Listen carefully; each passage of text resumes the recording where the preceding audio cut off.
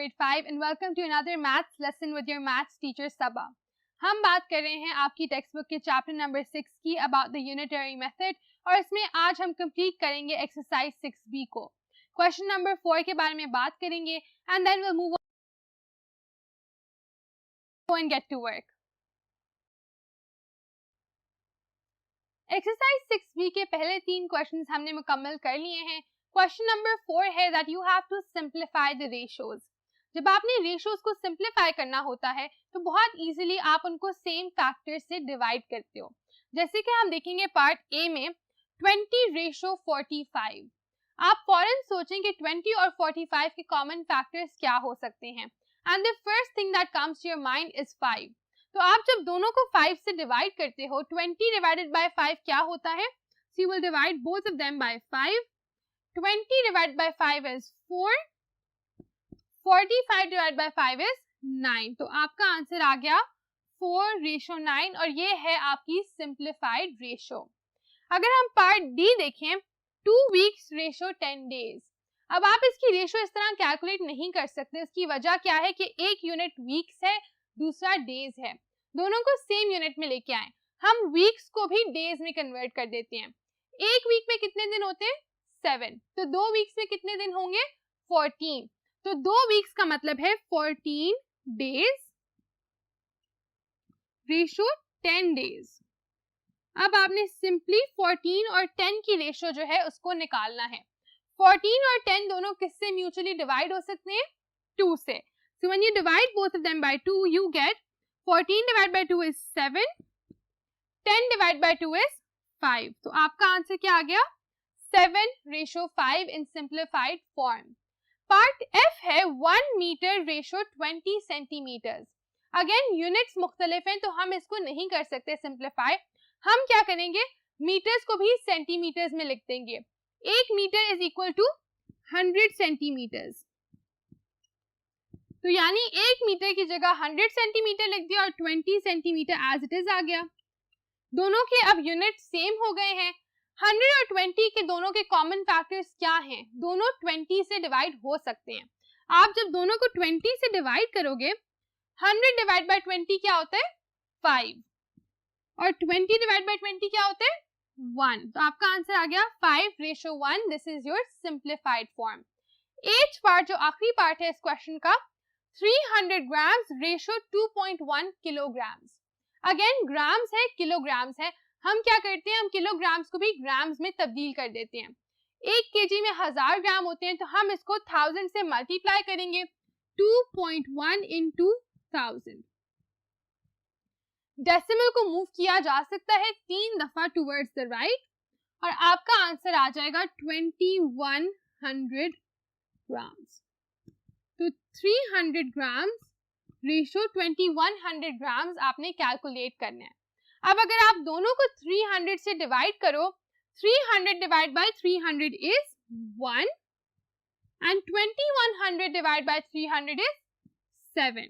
तो आपका आंसर आ जाता है 1:7 और ये है सिंप्लीफाइड फॉर्म में आपका आंसर. तो क्वेश्चन नंबर 4 की ये कुछ एग्जांपल्स थी जो हमने मिलके कर ली हैं.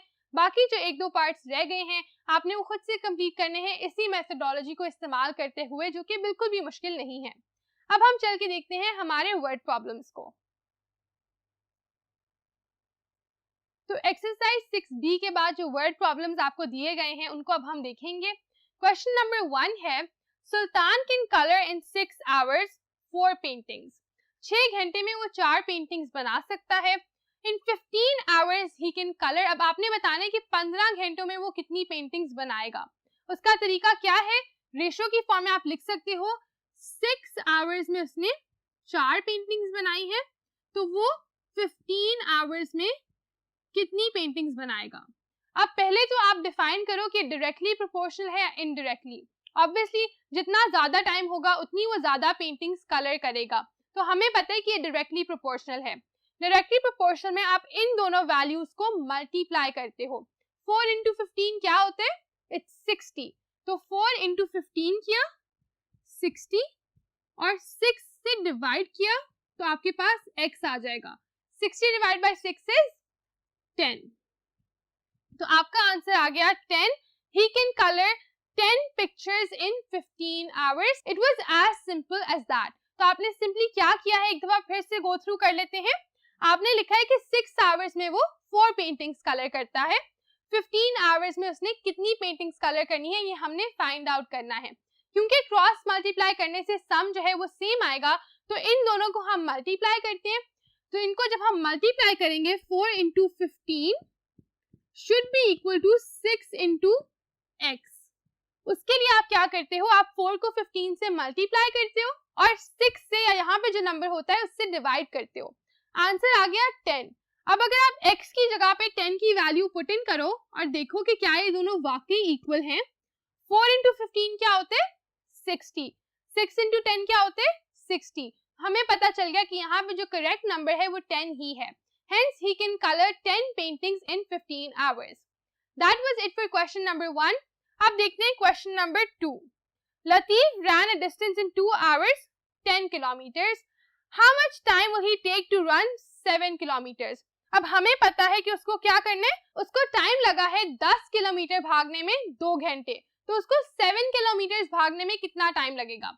हम उसके लिए क्या करेंगे, इन इजियर वर्ड्स हम लिखेंगे कि 10 किलोमीटर के नीचे 2, क्योंकि 10 किलोमीटर उसने 2 आवर्स में रन किए, और 7 किलोमीटर के आगे x. अब आपने करना यह है कि आपने 2 और 7 को आपस में मल्टीप्लाई करना है. दैट वुड मेक 14 और 10 से आप उसको डिवाइड करोगे. 14 over 10 आपने लिख दिया. दोनों को अब हम 2 से डिवाइड कर सकते हैं क्योंकि दोनों का कॉमन फैक्टर है 2. 14 divide by 2 is 7, 10 divide by 2 is 5. आपका आंसर आ गया 7/5. इसको हम लिख देंगे इन बेटर फॉर्म. इसको हम डिवाइड करके देख सकते हैं. How can we divide it? 7 divide by 5, 5 ones are 5, 2 remainder. तो आपका आंसर है 1 whole 2/5 hours. ये है आपका एक्चुअल आंसर कि उसको 7 किलोमीटर भागने में 1 whole 2/5 hours जो हैं वो लगेंगे. इसके साथ स्टूडेंट्स हमारा ये वाला क्वेश्चन भी खत्म हुआ. आए चल के क्वेश्चन नंबर 3 देखें. What is question number 3? Question number 3 says 8 packs of candy cost rupees 340. 15 packs will cost. अब कैंडी के पैकेट्स हैं 8 पैकेट्स जो हैं they cost 340. So 8 packs are costing 340. हमें बताना है कि 15 पैक्स कितना कॉस्ट करेंगे. उसके लिए हम क्या करेंगे, क्योंकि ये डायरेक्टली प्रोपोर्शनल है, जितने ज्यादा पैकेट्स होंगे उतनी ज्यादा कॉस्ट होगी, तो हमने इन दोनों को मल्टीप्लाई करना है. 340 को जब मैं 15 से मल्टीप्लाई करती हूँ, आप इसको सॉल्व कीजिए, आपका आंसर आएगा 5100 और उसको अब मैंने डिवाइड करना है 8 से. सो 5100 डिवाइडेड बाय 8. जल्दी से इसको सॉल्व करके आए. I hope you solve it. जब आप सॉल्व करोगे तो आपका आंसर आएगा, तो आपका आंसर है 637.5 रुपीज. 15 पैकेट्स अगर आप उसी कैंडी के बाय करोगे so they will cost you rupees 637.5. तो यूं आपने अगेन क्रॉस मल्टीप्लाई किया, 340 को 15 से मल्टीप्लाई किया, divided by 8 and you got your answer. अब हम देखते हैं question number 4. 2 carpenters take 5 days to make a cupboard. ठीक है, वो कबर्ड बनाने में उनको 5 दिन लगते हैं. 6 carpenters को कितना टाइम लगेगा? इस क्वेश्चन में डिफरेंस ये है कि ये इनवर्सली प्रोपोर्शनल है. जितने ज्यादा लोग होंगे उतना कम टाइम लगेगा. तो हम अगर इसको लिखते हैं, कारपेंटर्स कितने हैं, एक साइड पे हम लिख देते हैं कारपेंटर्स रेशो टाइम. कारपेंटर्स 2 थे तो हमें कितना टाइम लग रहा था? It took us 5 days. Carpenter 6 हो जाएंगे. अगेन आप क्रॉस मल्टीप्लाई करने के बजाय अब डिवाइड करोगे. So what are you going to do? You will divide 5 by 6 and then you will multiply it by the third number, that is 2. उसकी वजह क्या है? उसकी वजह ये है कि आप यहाँ पे इनवर्सली प्रोपोर्शनल कैलकुलेट कर रहे हो, तो मल्टीप्लाई करने के बजाय आप क्रॉस ऑब्जेक्ट्स को डिवाइड करोगे. 5 डिवाइड बाय 6 इंटू 2. हम 2 और 6 को कैंसिल आउट कर देते हैं, दोनों को डिवाइडेड बाय 2 करके. So we get 5/3. 5/3 को हम किस तरह से लिख सकते हैं? When you divide it you will get, जब आप इसको डिवाइड करोगे तो आपके पास आंसर आएगा 1 होल 2/3, क्योंकि 5 के अंदर 1 होल होता है 3 का and then there is 2 left और डिनोमिनेटर आपका सेम रहेगा. So 6 carpenters will take 1 whole 2/3 days to complete that cupboard. 6 carpenters will take 1 whole 2/3 days. यहाँ पर हमने इसको लिख भी दिया. इसके साथ क्वेश्चन नंबर 4 भी खत्म होता है. Let's go look at question number 5. Question number 5 and the last question for this exercise is, there is enough food for 25 soldiers for a week. The food will last for 14 soldiers for how long? तो वो कह रहे हैं कि इतना खाना है कि 25 सोल्जर्स के लिए वो 7 डेज लास्ट कर सकता है, लेकिन 14 सोल्जर्स के लिए वो कितनी देर लास्ट करेगा. अब यहाँ पर सीन ये है कि आपका जो प्रोपोर्शन है वो इनवर्स है. व्हाई? बिकॉज जितने ज्यादा लोग होंगे उतनी जल्दी खाना खत्म होगा, जितने कम लोग होंगे उतनी ज्यादा देर खाना लास्ट करेगा. तो हम इसको लिख सकते हैं कि 25 सोल्जर्स के लिए वो लास्ट करता है 7 डेज. तो 14 सोल्जर्स के लिए वो लास्ट करेगा x. इनवर्सली प्रोपोर्शनल का रूल क्या है कि आपने डिवाइड करना है. 7 को जब आप 14 से डिवाइड करोगे आपका आंसर आएगा 0.5. ये आप कैलकुलेट करके भी देख सकते हो. 0.5 को फिर हमने 25 से मल्टीप्लाई करना है. 25 into 0.5. 5 5s are 25, 2 carry, 5 2s are 10 plus 2 12 और 0.5 था तो एक डेसिमल हम यहाँ डाल देंगे. 12.5 जो है आपका आंसर आ गया. तो अगर 14 लोग होंगे तो वो खाना ज्यादा देर लास्ट करेगा और वो 12.5 डेज लास्ट करेगा instead of 7 days. So we can write the food will last for 12.5 days for 14 soldiers.